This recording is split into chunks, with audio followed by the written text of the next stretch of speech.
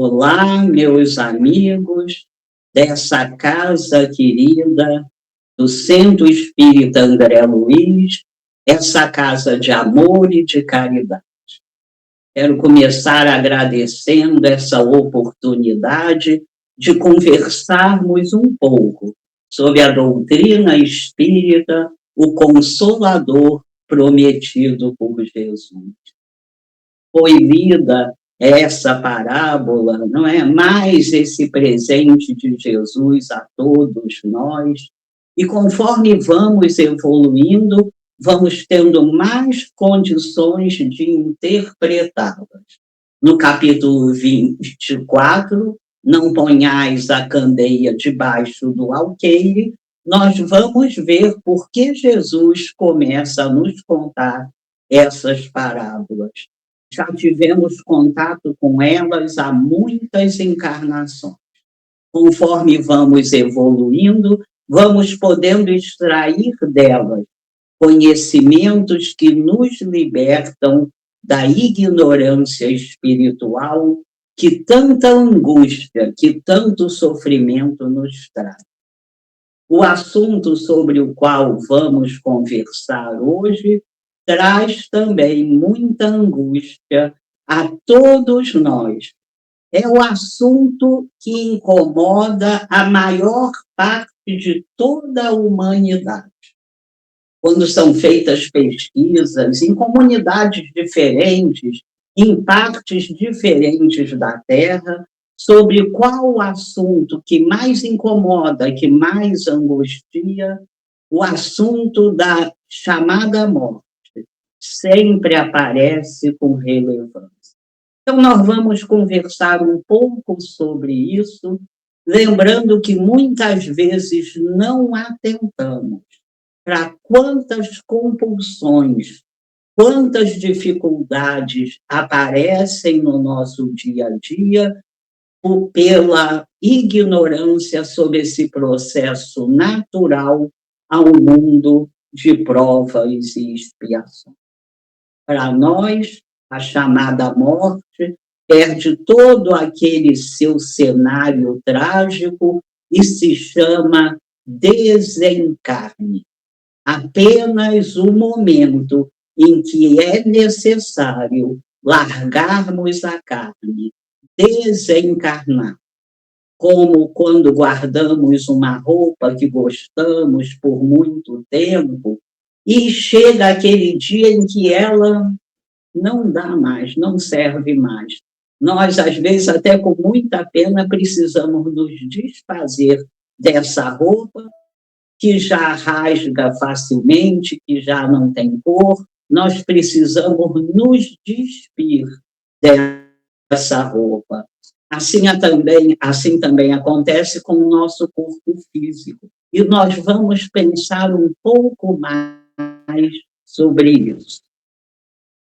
Quando nós pegamos aquela série muito especial chamada A Vida no Mundo Espiritual, cujo primeiro livro é O Nosso Lar, o último, o 13º, e A Vida Continua, um trabalho maravilhoso de Chico Xavier, psicografando o espírito, a quem se deu o nome de André Luiz, já que espírito não tem nome, nós vamos ali aprender profundamente fatos que vão nos consolando. Mas eu quis lembrar dessa coleção e fazer um alerta que muitas vezes, de uma coisa linda que passa despercebida muitas vezes. Todos esses livros da coleção são prefaciados pelo Espírito Emmanuel. Nós poderíamos nos dedicar, em algum momento, apenas a estudar os prefácios de Emmanuel nesses 13 livros, e veríamos a riqueza de conhecimentos, de esclarecimentos e sempre de consolação. Então, eu vou lembrar do prefácio escrito por esse grande mentor do 4º livro da obra, o livro que se chama Obreiros da Vida Eterna, um livro lançado em 1946. Quanto tempo, não é? Mas as coisas que são divinas nunca perdem a contemporaneidade. Então, neste livro de 1946, no seu prefácio, Emmanuel faz um diagnóstico de todos nós, ainda atualíssimo. Diz ele, o homem moderno, lá 46, o homem moderno, pesquisador da estratosfera, diante da morte, se encontra igualmente aos egípcios antigos. Então, já em 46, Emmanuel falava dessa grande diferença entre o avanço tecnológico e o avanço espiritual. Imaginem, não é? Homens que já iam, naquela época, à estratosfera, chegando poucos anos depois à Lua, se comportando, tendo medos, tendo mitos sobre a morte, como os antigos egípcios. O tempo passou e isso não mudou claramente. Mas o Espiritismo, o Consolador prometido por Jesus, vem nos tratar dessa ignorância acerca dos assuntos espirituais. Vem nos mostrar o desencarne como um processo misericordioso que nos faz caminhar, que nos faz evoluir. Esse é o Consolador prometido. Vou contar uma pequena história que gosto muito de contar, mas porque ela se aplica enormemente a esse assunto. Um rapaz caminhava numa estrada às 3 horas da manhã no campo, uma escuridão imensa, e ele fazia esse caminho muitas vezes sem nenhum medo, sempre só. Neste dia especial, depois de caminhar algum tempo, ele começa a ouvir alguns passos que o seguem, e isso faz ficar curioso. Em determinado momento, ele para, olha para trás, não vê absolutamente nada e grita: é algum amigo meu que segue pela estrada? Diga seu nome que eu vou lhe esperar para que caminhemos juntos. Depois de alguns minutos sem resposta, o rapaz retoma o passo, mas sente que imediatamente os passos que o seguiam são retomados no mesmo ritmo. Os minutos vão passando, aquele rapaz como nós, diante do desconhecido, começa a fazer hipóteses negativas. Aquelas hipóteses negativas sobre talvez o perigo que o cercava faz com que ele fique ansioso e ele começa a correr. Imediatamente ouvindo que os passos corriam no mesmo ritmo. O tempo vai passando, a sua ansiedade piora, e ele agora corre com o máximo esforço que pode. Os passos seguem juntos. Quando, depois de algum tempo, seu coração acelera, seus pulmões queimam, quando ele julga que vai desmaiar nesse esforço terrível, ele passa por um pequeno bico de luz na beira da estrada. Aproveitando esse bico de luz, ele vira-se rapidamente para trás e descobre que apenas estava sendo seguido pelo burrinho da localidade que todos sabiam que tinha esse hábito.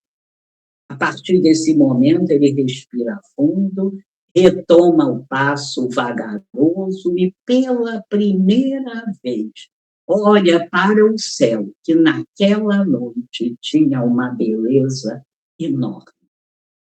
Toda aquela hipótese terrível, todo aquele medo, aquela ansiedade se diluiu. Um autor nos conta essa história, lembrando que o Espiritismo é esse bico de luz na nossa encarnação. Antes da nossa doutrina, caminhávamos pela ignorância, pela escuridão da ignorância.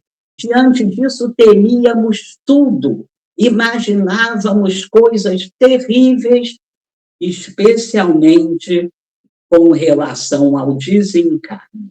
A partir do Espiritismo, essas ansiedades vão se diluindo na medida em que vamos sendo esclarecidos, em que vamos aprendendo, ampliando os nossos horizontes.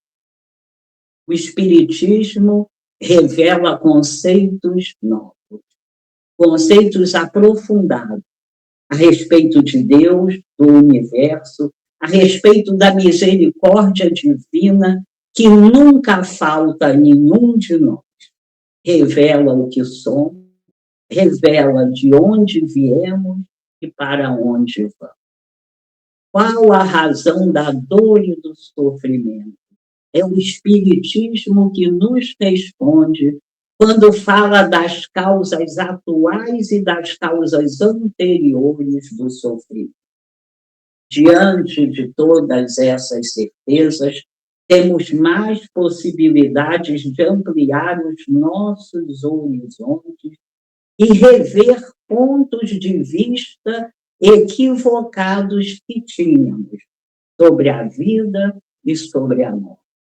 Sempre que eu amplio os meus pontos de vista, eu tenho mais capacidade de, ainda encarnado no mundo de provas e expiações, viver uma vida leve, uma vida que vai se tornando produtiva do ponto de vista espiritual.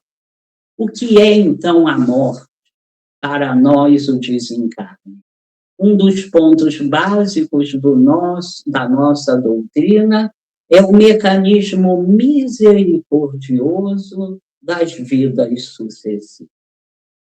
E grande misericórdia traz Deus nesse processo, em que a cada vez que chegamos à Terra, chegamos sempre com um projeto de melhora, quase sempre não o conseguimos cumprir a contento, e quando voltamos ao mundo espiritual, libertos do orgulho e do egoísmo, consequência da libertação da carne, muitos de nós repetem: se eu soubesse.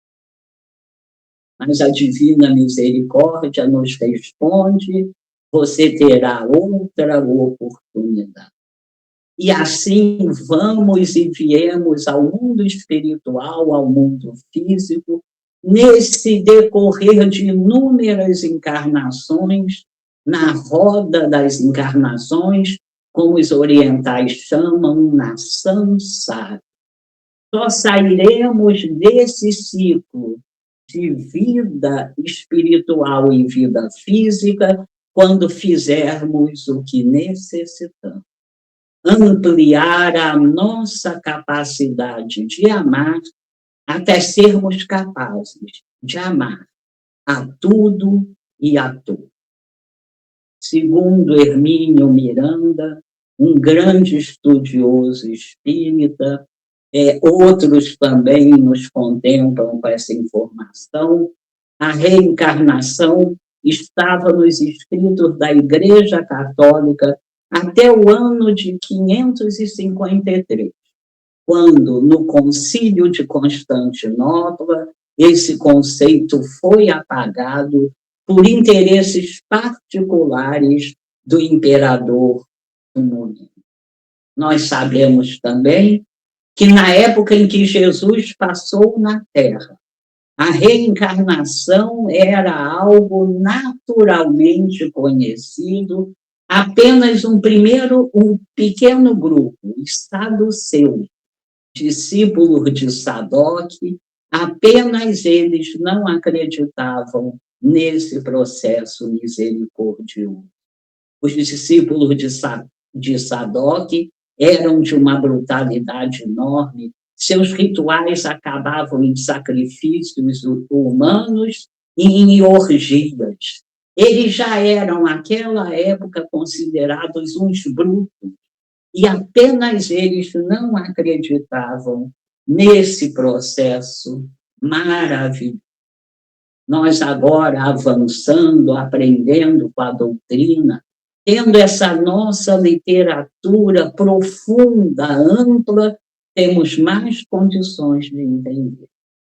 Nós vamos, por exemplo, no nosso primeiro livro, o Livro dos Espíritos, e na questão de número 132, vamos ser informados o porquê da necessidade de encarnar.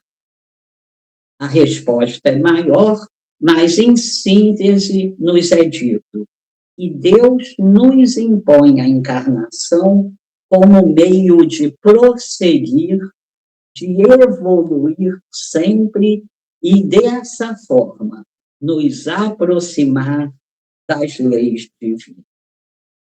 Criados todos nós, simples e ignorantes, a cada encarnação vamos, usando o nosso livre-arbítrio, fazendo esforços para a nossa melhora espiritual, para a nossa espiritualização.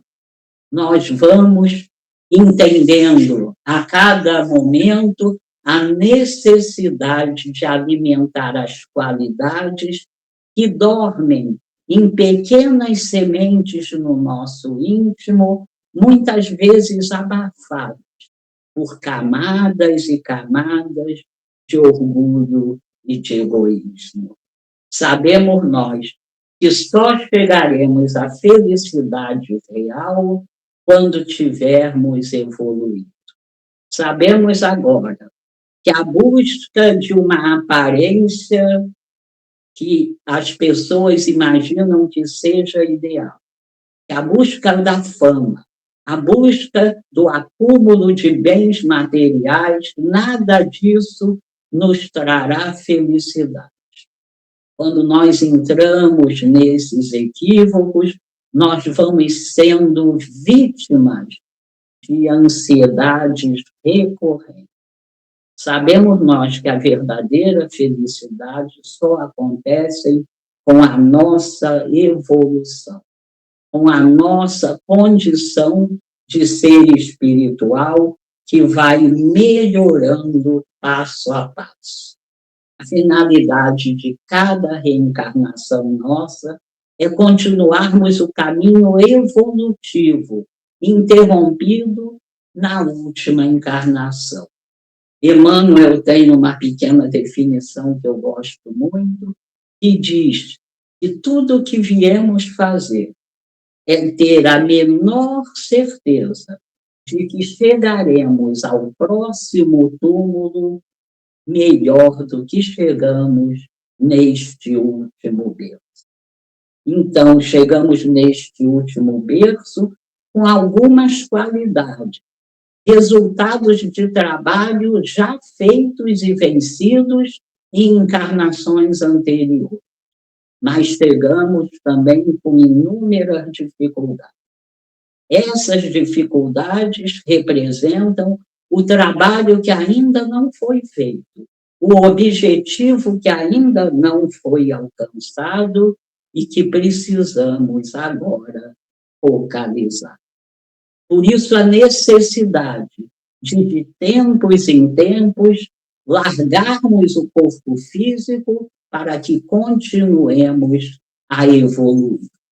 Vamos refletir um pouco. O corpo que recebemos a cada renascimento tem uma série de características. A cor da pele, o sexo biológico, a orientação sexual, o nosso lugar na estrutura social. Essas características nos abrem a uma série de experiências que vão se esgotando durante a encarnação. Mas essas mesmas características nos impedem de ter algumas outras experiências que vão nos trazer algumas outras aprendizagens sempre necessárias. Eu sou uma mulher mestiça, de classe média, e sou uma mulher heterossexual. Nessa encarnação, essas características que tenho me ajudam a aprender inúmeras coisas, mas também me impedem de aprender algumas outras que talvez só vivenciando eu possa aprender. Como uma mulher, como sou, eu posso aprender o que me chega, mas posso também usar o amor para aprender o que outras características fazem as pessoas aprender. Mas muitas vezes eu sou cristalizada. Muitas vezes as pessoas que estão com características diferentes das minhas são recebidas por mim com imensa discriminação, com imenso preconceito. É porque nem sempre ouvimos o amor. Quando não ouvimos o amor, só aprendemos o que está em nós. Precisaremos, então, voltar. E nessa volta, aprenderemos muitas vezes com a dor. É Joana de Ângeles, essa querida mentora que nos lembra que todo grupo que hoje eu discrimino, estou me inscrevendo para vir na próxima encarnação dentro dele. Nós, sabedores disso agora, procuramos caminhar também um pouco mais, nos colocando no lugar do outro, que vive situações diferentes das nossas e que são absolutamente como nós, filhos amados de Deus. Mas o reencarne, o desencarne, tem essa grande chave. É através dessa mudança de corpo, dessa mudança de características, que eu vou aprendendo uma variedade maior de lições. Chico Xavier, o nosso grande médium, um médium inigualável. Chico Xavier psicografou mais ou menos 2.000 espíritos. E esses espíritos, o que mais falavam era do seu arrependimento tardio, por não terem aproveitado suficientemente a encarnação. Chico Xavier trazia esses espíritos para testemunhar as suas famílias, mas para testemunhar a cada um de nós que a vida continua. Uma vida apenas, desde que quando fomos criados por Deus, até chegarmos à perfeição relativa das criaturas. Apenas uma vida, inúmeras existências na Terra, para que possamos, passando no momento por provas e expiações, evoluir, fazer o trabalho necessário à nossa melhora. Conforme vamos tendo acesso a tudo isso, a consolação do Espiritismo, essa comprovação, por exemplo, trazida por esse trabalho de Chico Xavier, o medo da morte vai deixando de nos incomodar. O temor da morte vai se diluindo a cada momento quando nós compreendemos a vida futura. A vida futura agora, para nós, deixa de ser uma hipótese, é uma realidade. E essa mudança de ponto de vista faz com que entendamos a morte e que entendamos a necessidade de nos preparar para a próxima vez que passaremos por esse processo natural, cheio de misericórdia, que não nos deixa estacionar aonde estamos. Nós, então, agora entendemos um pouco, não é? Porque o nosso entendimento tem exatamente o tamanho da nossa evolução. Isso quer dizer que, no momento exato, Ainda não conseguimos entender tudo, mas já conseguimos caminhar no entendimento, sabendo que se a morte é esse processo, dado por Deus, nosso Pai imensamente sábio, imensamente misericordioso. Se a morte é dada a todos nós, sem exceção alguma, não pode ser algo trágico, não pode ser uma punição, como acreditávamos lá no Antigo Testamento. Como é que esse Deus que nos ama como nós nem podemos imaginar, traria algo trágico, uma punição terrível a algum dos seus filhos? Então, a morte vai sendo para nós agora esse processo natural que nos possibilita continuar a evoluir. Esse corpo que hoje eu ocupo tem uma série de experiências a me oferecer. Vai chegar o dia que essas experiências vão se esgotar. Se eu ficasse presa a esse corpo, eu estacionaria.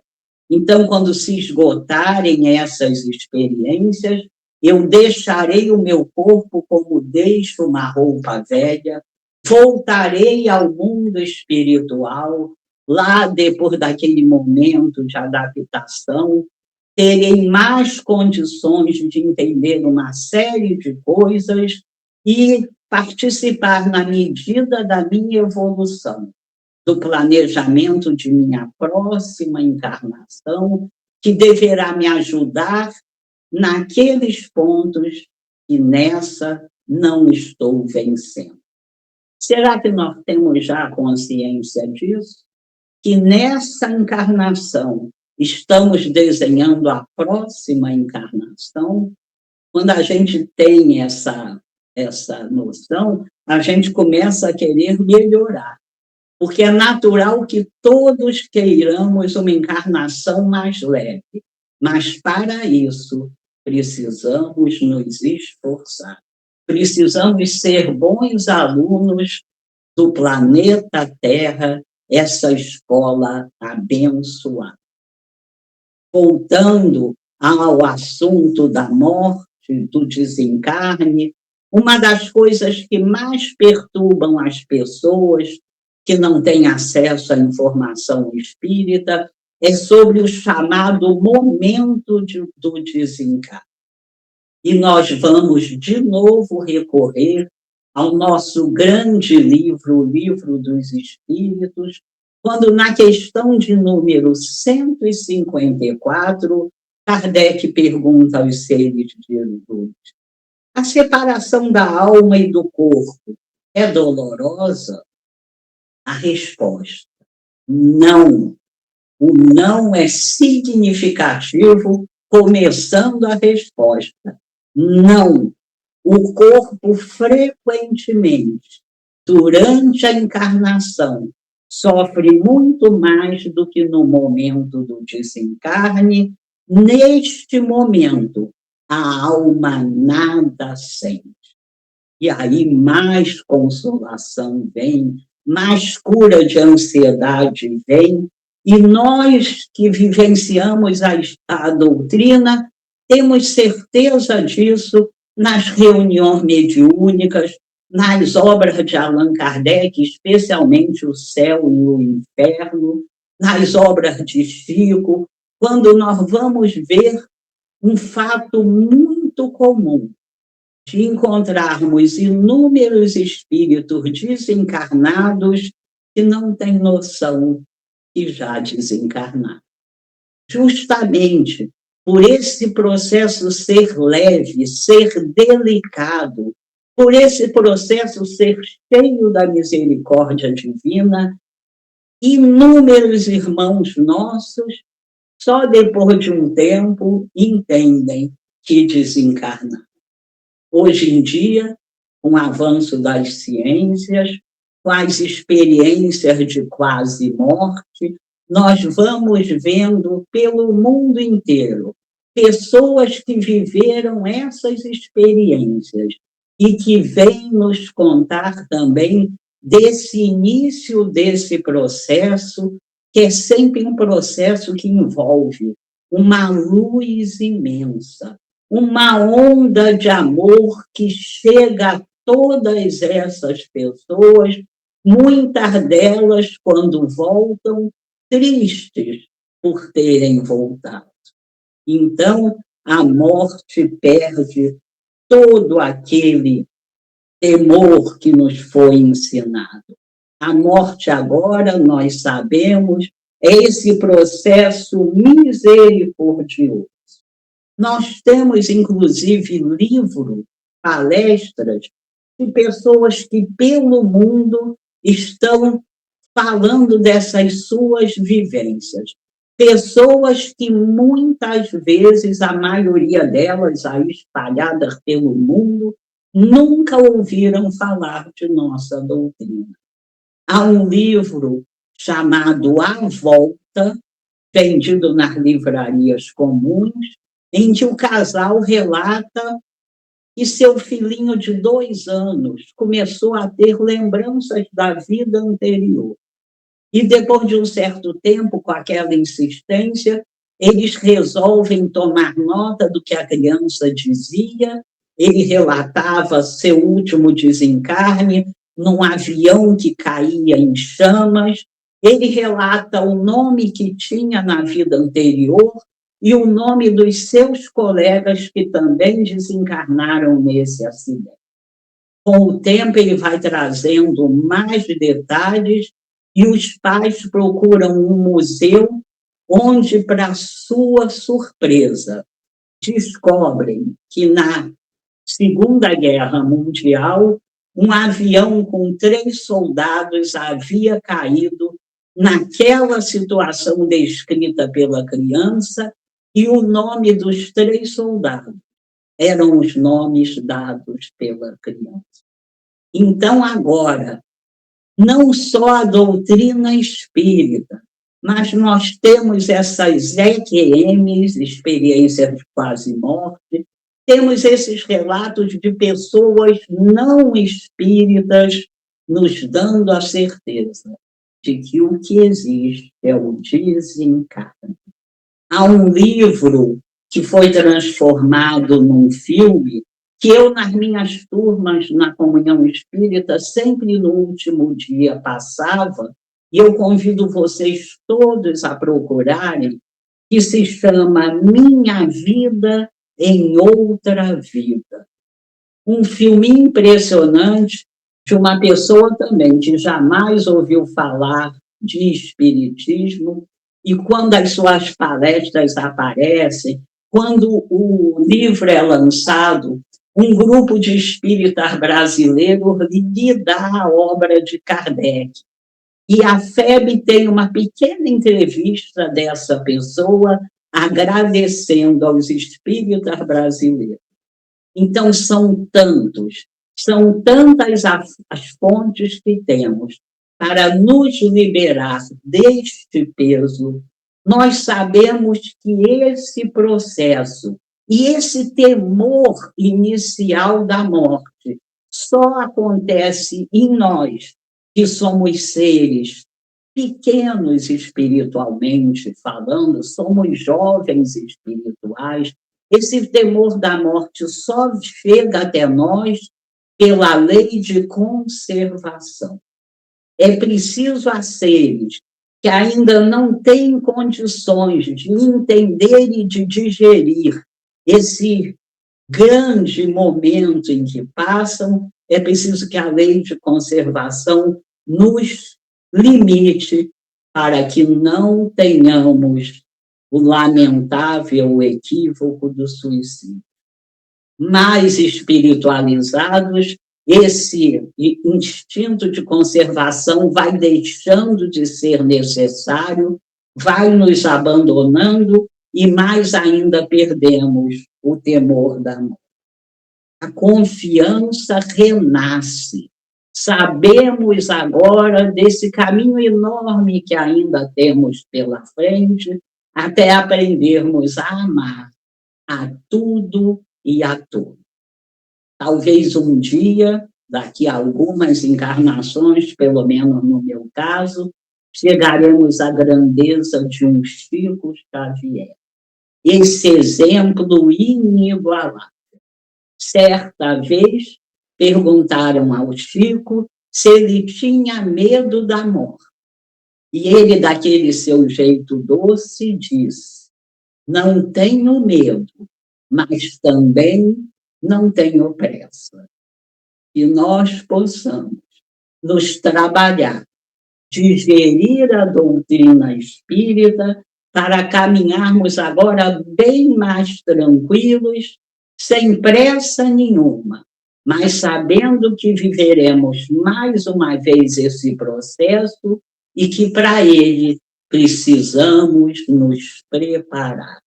Nos preparar para o desencarne é pensar, é falar, é ler sobre ele, para que na próxima vez não nos apresentemos tão surpresos. Toda a espiritualidade nos ajuda o tempo todo, especialmente nesse processo. Que possamos seguir sem a nuvem da ignorância espiritual, naturalizando este bendito processo que nos é dado por Deus, nosso Pai, de imenso saber, de imensa misericórdia. Muito obrigada.